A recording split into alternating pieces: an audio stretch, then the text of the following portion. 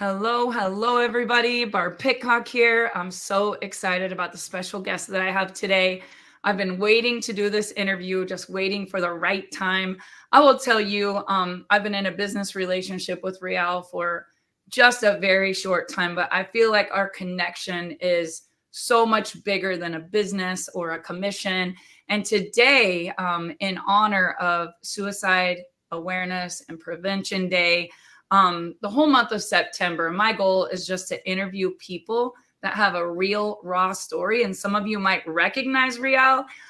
He is a movie star. He has a lot of accolades. I'm going to let him share with you a little bit about himself.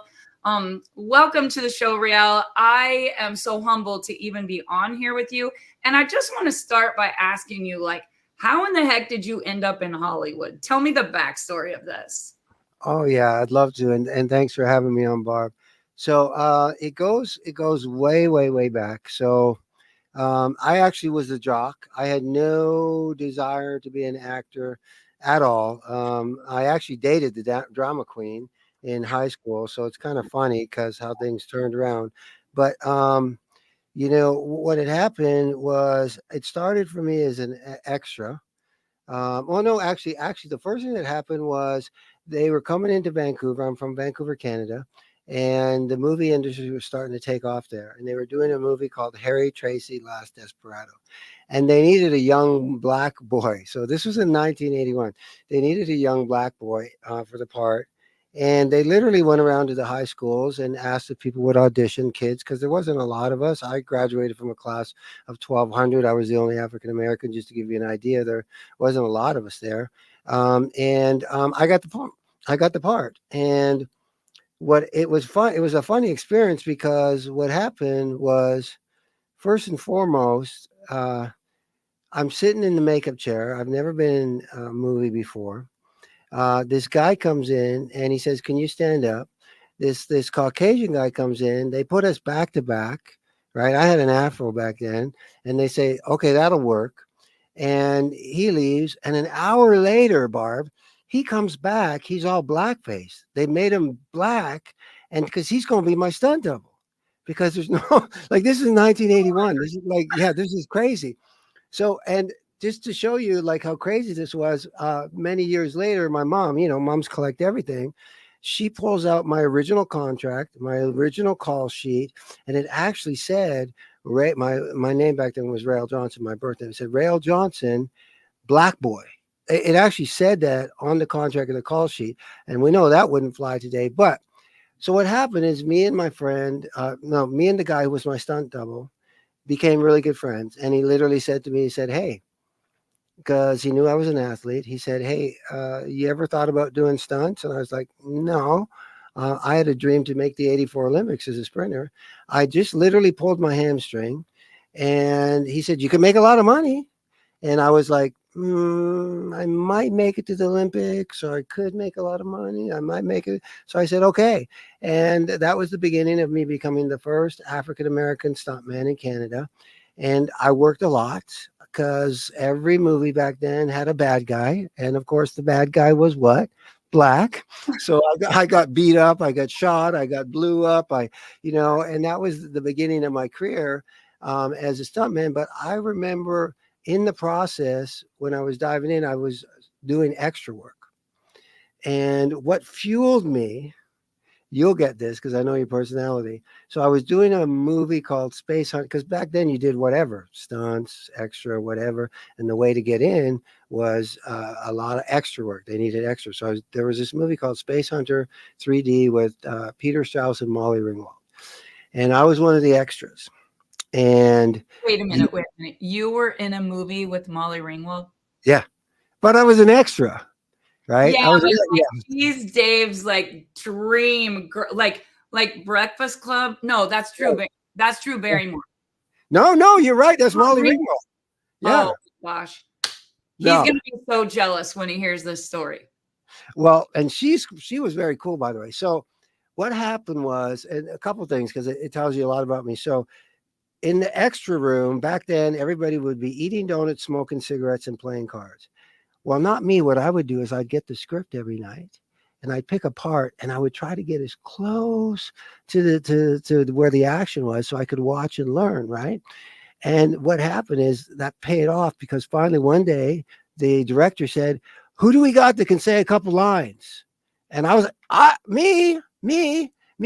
But there was that day I got my first gig on the show. They it's called they up me, and I was sitting at lunch, and it was very segregated. The extras didn't sit with the actors. The actors didn't sit with the producers. Very, that's kind of the way that world is. But I was close enough to the actors, I could hear them talking, and they were talking about Hollywood and the red carpet and the parties and all this fun they were having. And I literally verbally out loud said, "I'm going to go to Hollywood and be successful and make it as an actor and walk the red carpets." And they literally laughed at me, like for real. I remember it clear as day. And they said these two things. They said, first and foremost, less than 3% of SAG even makes a living, and there's no work for black actors. So just be happy doing what you're doing. I didn't say nothing, but I looked at him and I said, first, I will be part of that 3%. And I will be one of the first African American actors being successful. And that was the beginning. That's how it all started. Man. So I know, and I really butchered your accolades when we were on stage together a couple of weeks ago because Uh, I gotta be honest, Riel, like I watched Days of Our Lives when I was in high school, but my grandma, like TV was forbidden, right? So I remember there was Three's Company, there was Facts of Life, and my grandpa would watch like Benny Hill late at night. My grandpa oh my God, I love Benny Hill. Oh, she thought he was the devil. I was raised in a Baptist home, right? And Uh-huh. Three's Company, like they were all going to hell because they were shacking up and Chrissy's shorts were way too short. Like I was so sheltered. And so when I got out of high school and I was in beauty school, I remember I would go home on my noon hour and record on the old VCRs, like Bo and Hope. I was in love with Days of Our Lives. And so I've never watched General Hospital.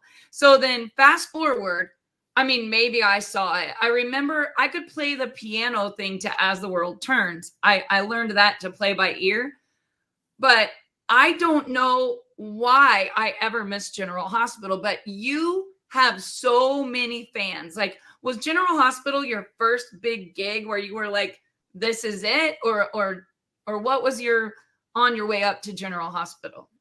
Yeah, it's actually I was on Days, by the way. You Actually, were?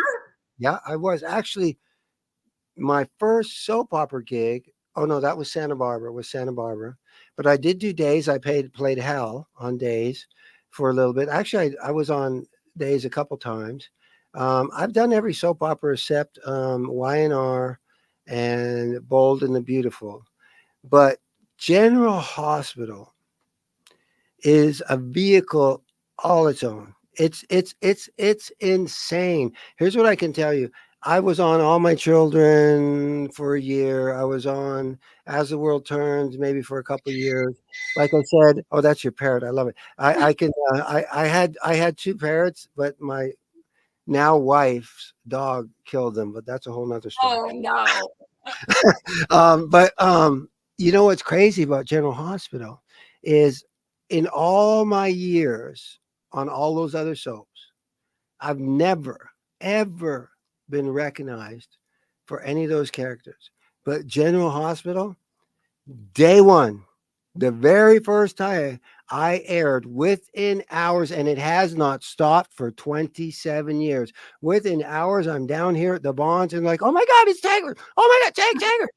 Like I would be in New York, the fireman, like Wayne Gretzky, the greatest hockey player in history. We used to do a Thai bow class with Mr. Blanks, and in that class, there was literally, okay, like literally, it was the class of who's who. So I was standing right here. To my left was Shannon Gretzky, Janet Gretzky. When Wayne was in town, he would be right there. There was Gene Simmons right there. There was Shannon. There was Pamela. There was Magic Johnson. There was Shaquille O'Neal. There was Sugar Ray Leonard. Like it was the who's who in that class.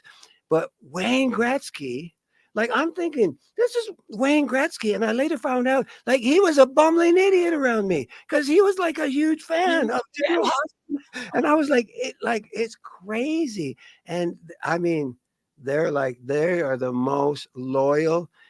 I don't even like to use the word fans. I call them champions.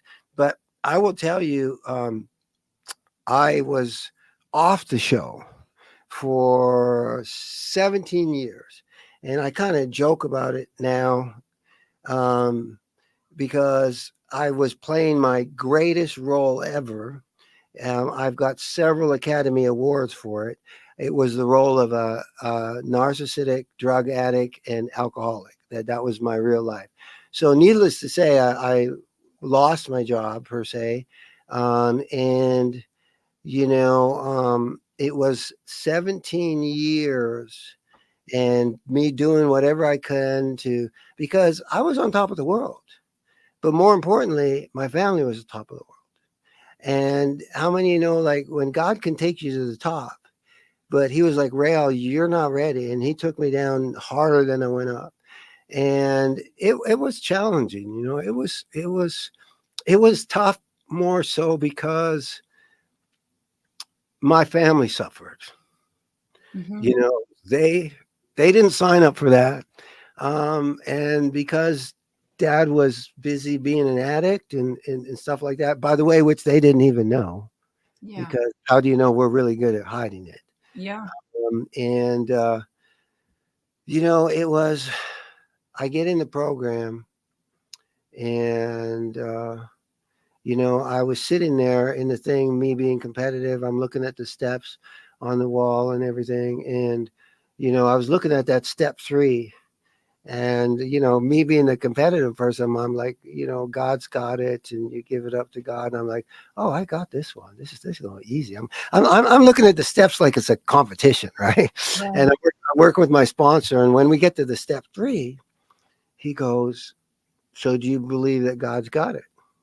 And I go, of course I do. I've been a believer for 6 or 7 years. And he goes, yeah, but do you believe that God's really got it? And I go, yeah, I do. And he asked me 3 times. And what you need to understand about me, Barb, I do everything in threes.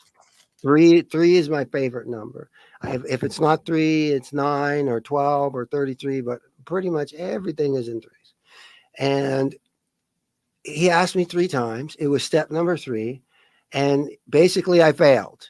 Right. I didn't. He said, you need to go think about this more. I don't think you're ready for this step. And I was pissed. I was like, what's wrong with that guy?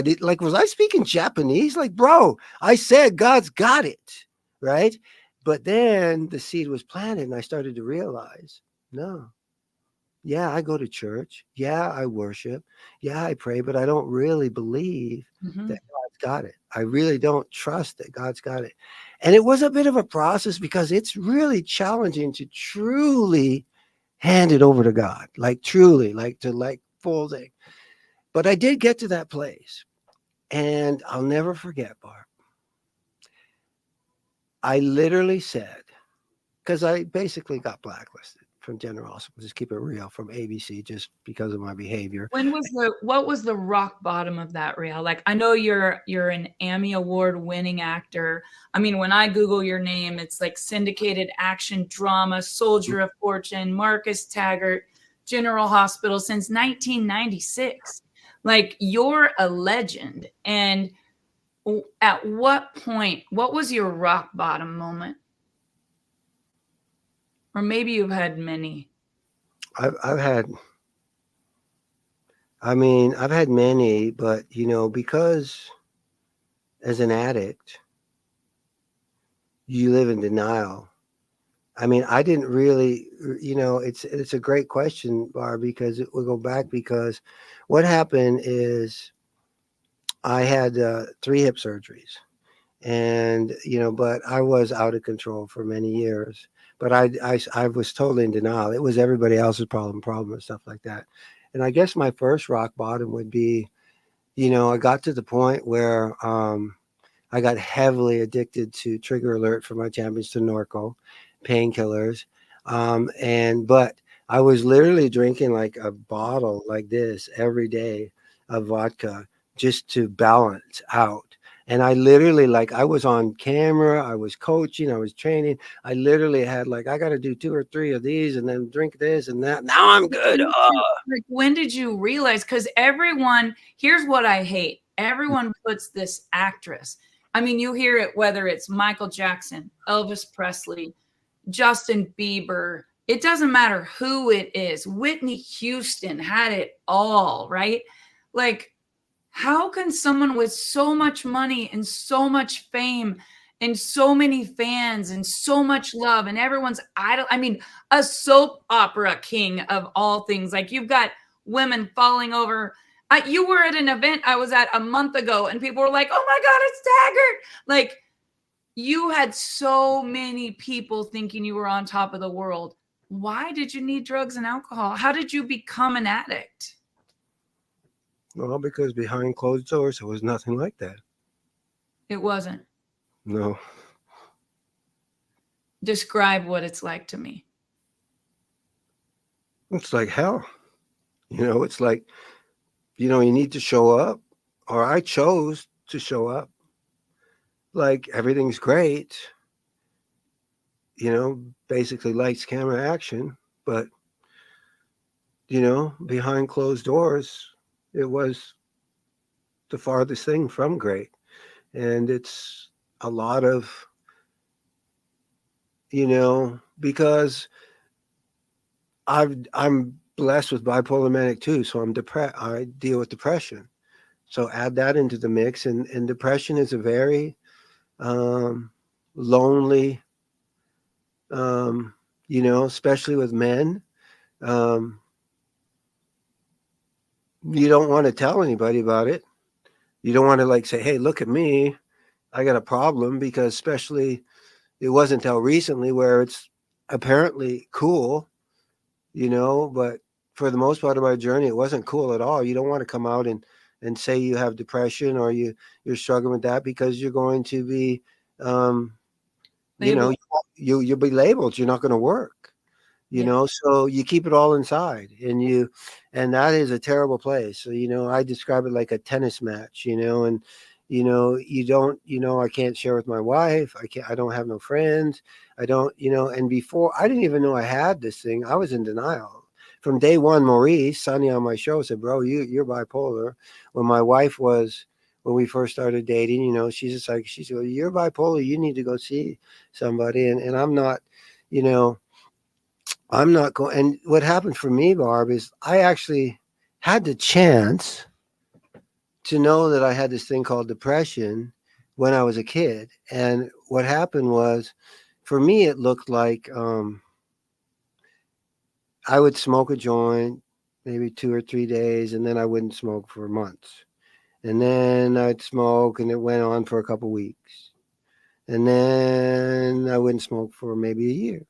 And then it was a month. And what happened eventually, it got to the point where it was on and on and on, and I couldn't stop. Now, I didn't know what depression was. I just thought I couldn't stop smoking weed, but I was already masking my emotions. And what happened was, I was making excuses, putting the match on the thermometer so I could say I was sick, so I didn't have to go to school. Mom was going to work, and when mom would go to work, I'd shut all the curtains. I'd make it real dark. I would just lie there, and I wouldn't want to do anything. Now I just think I'm stoned, and I just like being stoned. And I was lying there, Barb, like this, and I will never forget this. And I'm watching, kind of half watching TV. I have no TV in the background, and then all of a sudden, it was that Zoloft commercial. Remember, with the white ball, the little guy.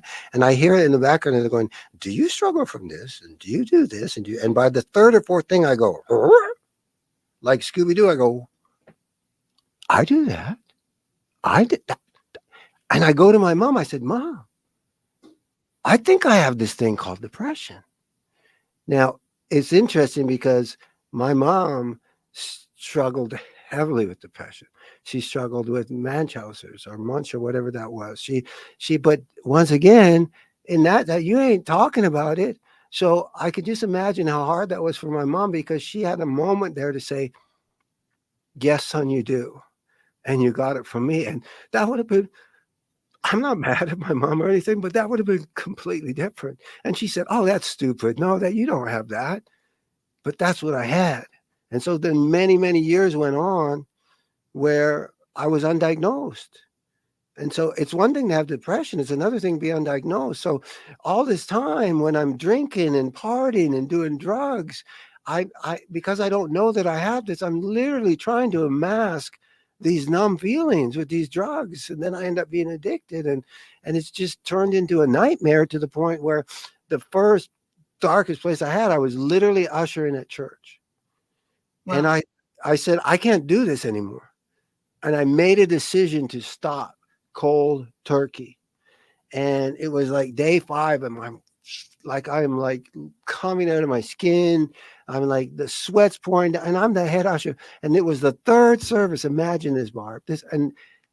I'm standing there greeting people, probably 1,000 people that day. How you doing? How you doing? And not one person, I mean, notice until the third service, and a friend of mine came by and he said, "Bro, are you okay?" And I was like, "Yes, finally somebody noticed." Inside, I said, "No, I'm not." And he said, "Let's go talk." And we went in the prayer room, and he just prayed over me, and he talked, and he said, "Do you think you're an alcoholic?" And I said, "No, I'm not an alcoholic. I like to drink, but I'm not an alcoholic." And he just looked at me because, that's what you do when you're in the program. And he said, "Well, I am. And tomorrow is my 5th year birthday, and I'm going to be getting a cake." And I was like, "Oh, wow, that's cool. Can I come support you?" And he said, "Yeah."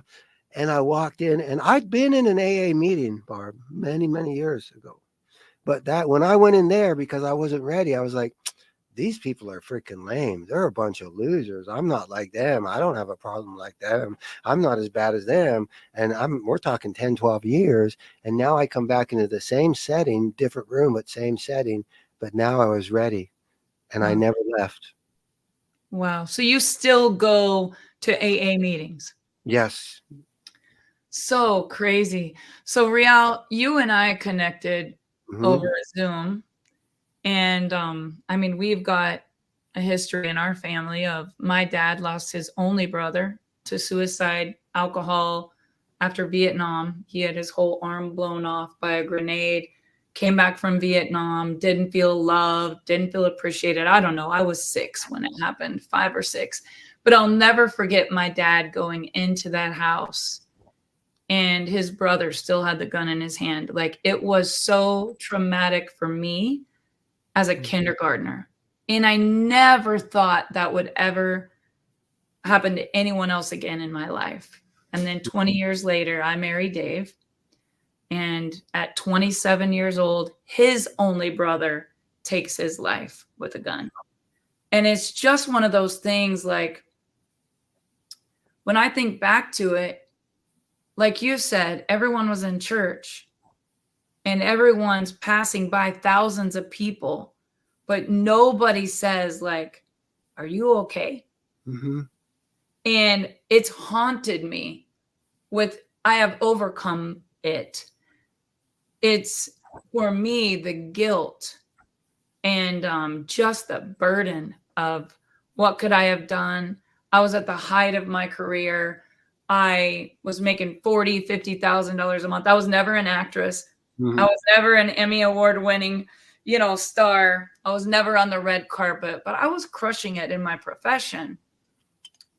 And Dave's best friend, his only brother, was at our door at 11:58 and we were gone. And he was gone at 12:30 Hmm. forever.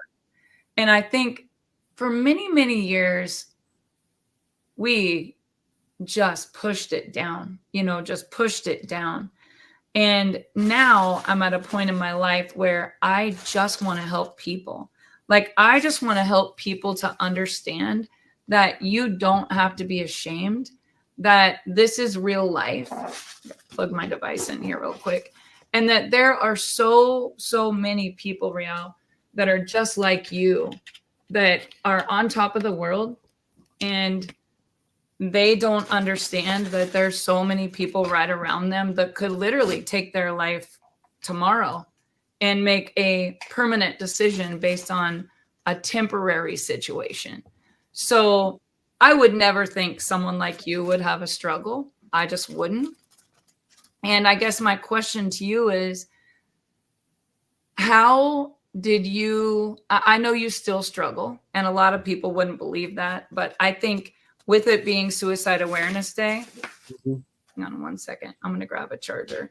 I would love for you to just be able to share with people, like, what can a person do if they love someone that is bipolar, manic depressant, someone that is an addict, someone that does have suicidal thoughts? Like, what do we do? Because I've spent a lot of my life and a lot of my career dealing with the guilt, the anger, the denial, trying to cure it, trying to control it, trying to change it. Never thought I would have a child struggle with it.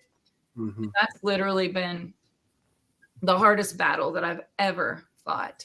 But I know that you and I met for a reason.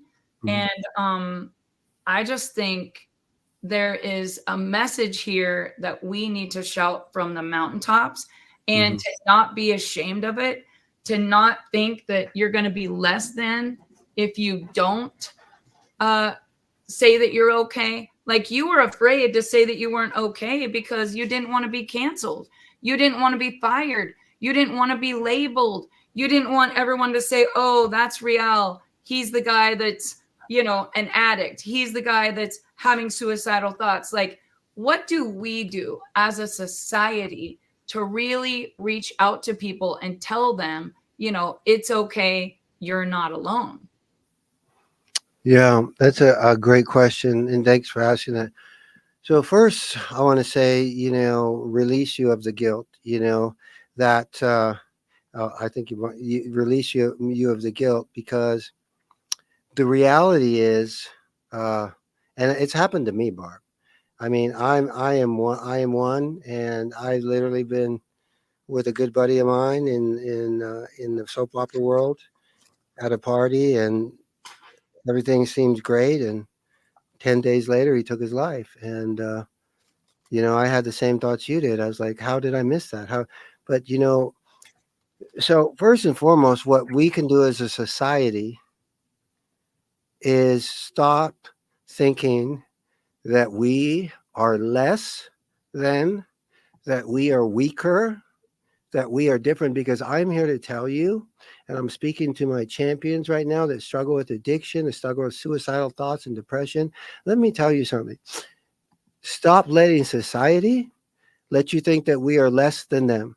Because at the end of the day, champions, let's keep it real. Yeah. What we go through on a daily thing, what we go through on an hourly thing, a minute thing sometimes, takes way more strength than the average person could to deal with this tennis match in our head, this conversation. So be proud of who you are. Society, don't judge us anymore. Don't look at us indifferent. What can you do? You can be obedient, honestly, to the little voices in your head, because I'm going to go out on a limb and I'm going to say that we get signs, but we don't want to, we would rather look away and not pay attention You than are so right. And than Riel, have. I'm just gonna let you roll with this while I grab a cord. I'm gonna let you roll. I got the spotlight on you. Share with the listeners what we can do to see the signs of someone like you, and how we communicate that without them being, you know, I've been in a situation before where you want to say something to the person you love and they get so defensive, and then they feel alienated, like their whole family put them in a box, ganged up on them, wants to put them in a, treatment center. I tried for 10 years to do this with my daughter. And until that person's ready, like, it's a dance. You know, such a great question. Honestly, Barb, unfortunately, it's not going to be the answer you want to hear, but because there are some things that you can kind of look for. There are some, like if we start giving all our stuff away, um, if we start, like one of the things you hear all the time, oh my God, she was just at a party, she was on top of the world. So if you know the person's personality, and then all of a sudden they're like way, way happier than they normally are, and they're just like, dude, that's a sign sometimes. Okay, that's a red flag. What can you do? I mean, you just gotta be like, like, unfortunately, and even as an addict, a recovered addict, and people, like, you're right, you cannot put people, the intervention, all that stuff doesn't really work, unfortunately, till they're ready. So what you can do is you can pray a lot, you can be present, you can support them, you can you can enjoy the moments and treasure the time that you have with them, because unfortunately, I don't know that there's a formula, Barb. I don't know that there's really a thing to know. You can just, hope to be just be present, and be obedient to that voice. It's just like, it's interesting. We definitely met for a reason. I've been outspoken for mental health for a while. And actually, when we were in Dallas, you know, I was sitting in that room every day, and I was very much drawn to your son, Chance. And I kept looking over him, but I never, and God was telling me, go over, say hi. And I was saying hi to everybody, but I didn't say hi to him really. And I don't know why. It was like weird. He had a hat on, and I kind of said hi to him for a quick second. And then the very last day, and then God started in my morning quiet time. God was saying to me, it was like, Rail, stop fluffing it. And I was like, fluffing it? What are you talking about, fluffing it? And he was like, so stop fluffing it. And I was like, I don't understand. What are you talking about? Right. And I had been saying on social media, we don't need no more highlight reels. We need real life reels. I've been saying that in my lives. And then the very last night, all of a sudden, Chance shows up. We were in the bar. I wasn't drinking, but we were in a bar, because that's where we all met. And Chance comes in and he starts talking to me. And he says, I'm looking to collaborate with somebody to get loud and to get real about addiction and suicide. Wow.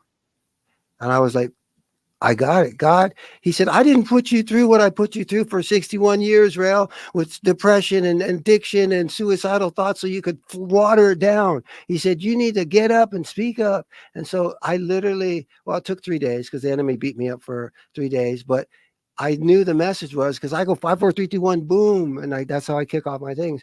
So I knew God was telling me to go 5, 4, 3, 2, 1, boom. Where's my addicts? Where's my champion struggling with depression? Panic attacks, suicidal thoughts. I got you. And you know why I got you? Because I am you, and God's got us, and we're in a freaking war, champions. I'm not going to lie to you, but it can be won. And it can be won because I'm living proof. Because I was sitting on a beach in Punta Cana at the lowest part in my life, Hmm. thinking it would be easier just to walk into those waves. And by the grace of God, I didn't.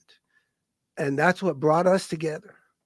And I am like forever grateful. But I know God brought me back so that I can be that warrior, because I can be that example and I can fight. Because how are we going to beat it, Barb? Do you know how we're going to beat it? By getting freaking loud about it, by not living in silence and not being in quiet and not judging people and not treating people like they're less than you. Because I'm telling you, we are not. We're actually stronger than the average bear. Let's just keep it real. But we, as champions that struggle with addiction, that struggle with depression, that struggle with suicidal thoughts, we need to come together. We need to speak up. We need to be loud about it. Living in silence is not working. It does not work. That's how the devil keeps us where he wants us. Because here's what's happening. And this is why my buddy Maurice has been doing it for years. I love my boy Maurice. Those are my GH people. That's Sonny, right? But I want to get loud about it. I want to scream to the mountaintop, because if we don't scream to the mountaintops, right, and we try to do this in silence, we will lose. Because until there's people like myself and others, and there's a lot of us, right, What is it about every 67 seconds somebody takes their life, and one in four houses has like some kind of fentanyl thing like that. They ain't talking about that. They sweet. You can't even find that statistics. Like I love what you said. Like literally a 747 full Every of single champions day. crashes every day. Like people literally. I mean, they don't crash. I mean, they crash into these people. So we need to get loud. We need to speak up. I am honored that you are, wanting to speak up and giving me this platform to speak up, because if we don't speak up and make a difference, it's going to get worse. We need to stop being silent. And I tell them every day of my life, like, listen, I got you. We're going to go to war.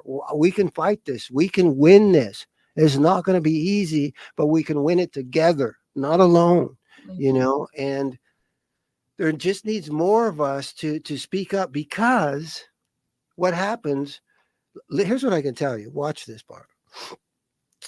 God, I finally got that message through chance. And then it took me literally 3 days to actually, because, okay, it's like, oh, yes, I got the Wait. What was the message through chance? The message was I need to be loud. I need to not just come out and say, hey, I'm an advocate for mental health. I'm an advocate for mental wellness. No, for me, God wanted me to come up and say, where are my addicts? Where are my champions that are dealing with depression, suicidal thoughts? I got you. He said, I did not put you through what I put you through for 61 years so you could water it down. No, this is what I'm calling you to be a warrior for them. And That's so, awesome.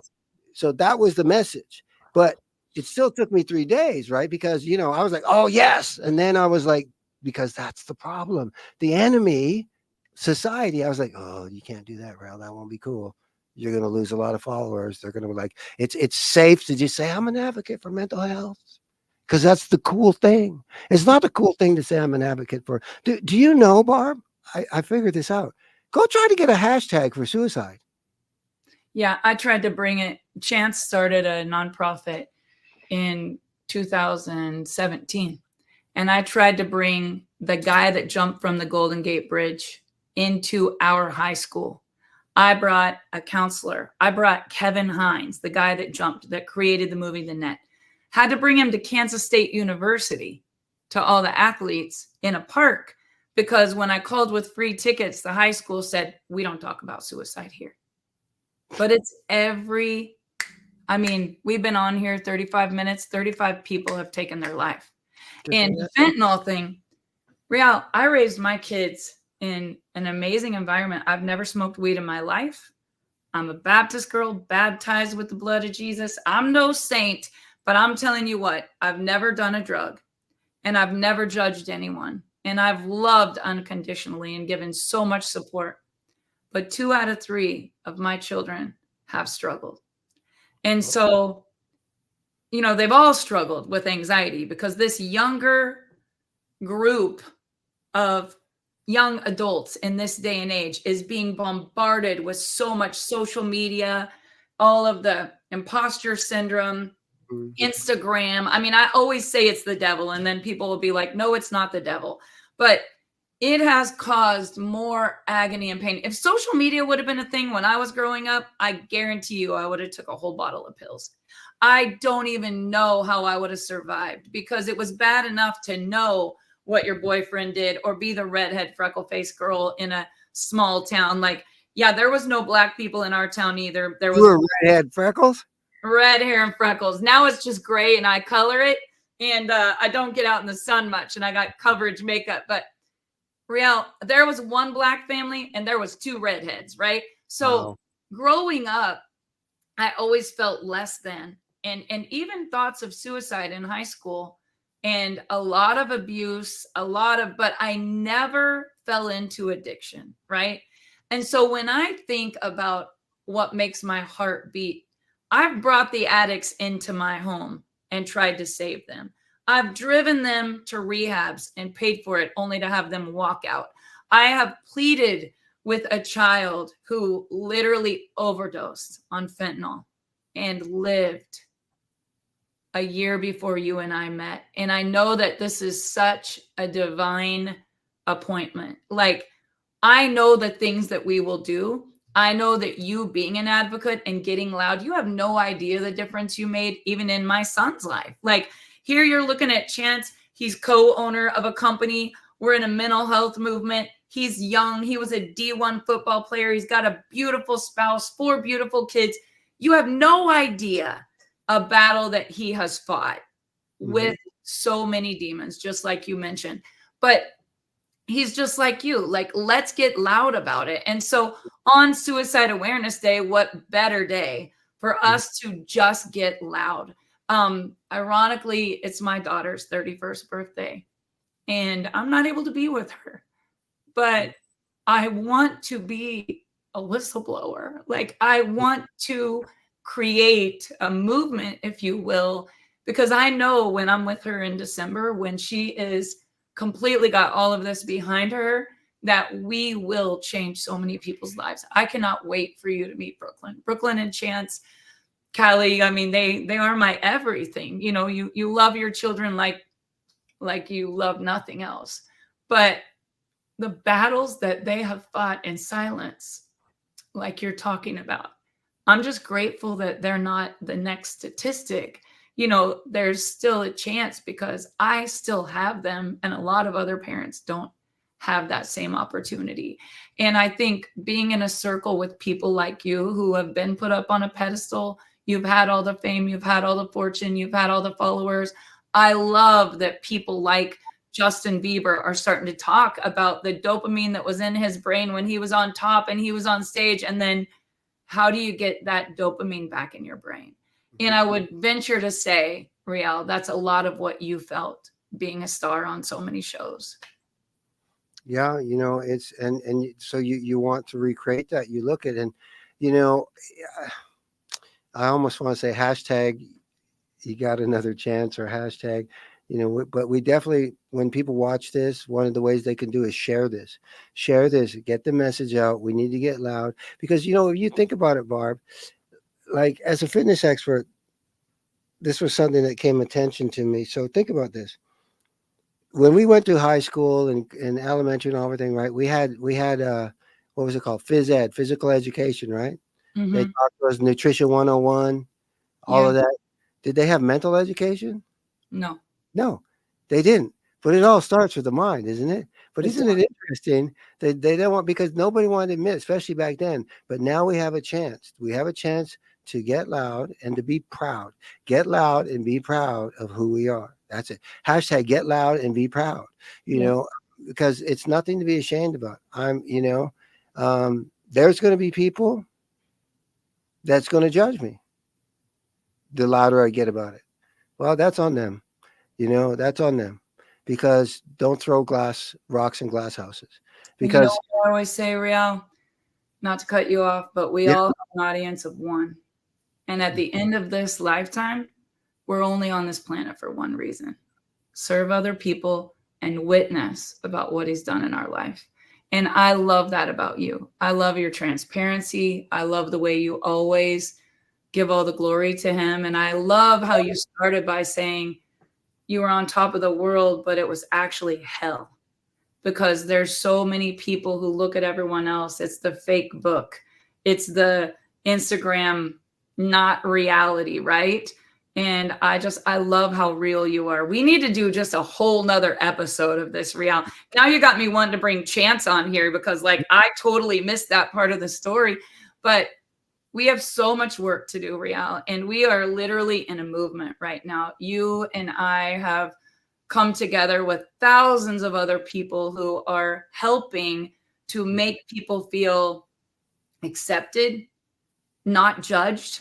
Chance said to me one day, Mom, for 30 years, you've been in this profession of health and wellness, and you've always had a marketing tool. You've always had the hype, the whatever. He's like, this time, after Brooklyn's overdose, you literally got a flag that said, all the misfits, come over here. And they all lined up, and you just started a parade of people, an army of people. It's like we can't stop the growth nope. of this movement. And Rial, I'm just so fortunate to be on this journey with you. I thank you for coming on this show. We're going to have to wrap it up, but we will do the second episode. Is there anything that you want to leave our listeners with, Rial, just a last minute message. You know what? I will. What God just showed me, guys, what we're doing.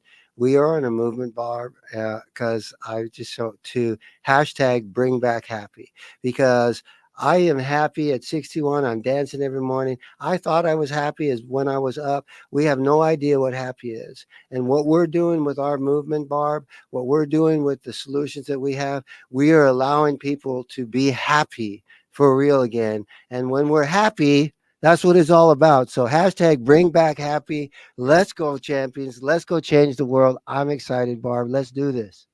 I'm so proud of you, Let's Real. freaking do this. Let's freaking do this. I'm so proud of you and just honored to call you a friend.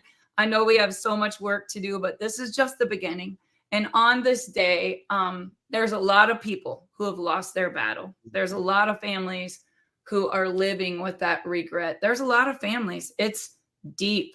I mean, addiction is a family disease because I've never seen myself be as sick mentally as someone that I loved fighting that battle. And it's my goal. I have 22 acres here in Kansas. I'm literally going to build a movement and a ranch.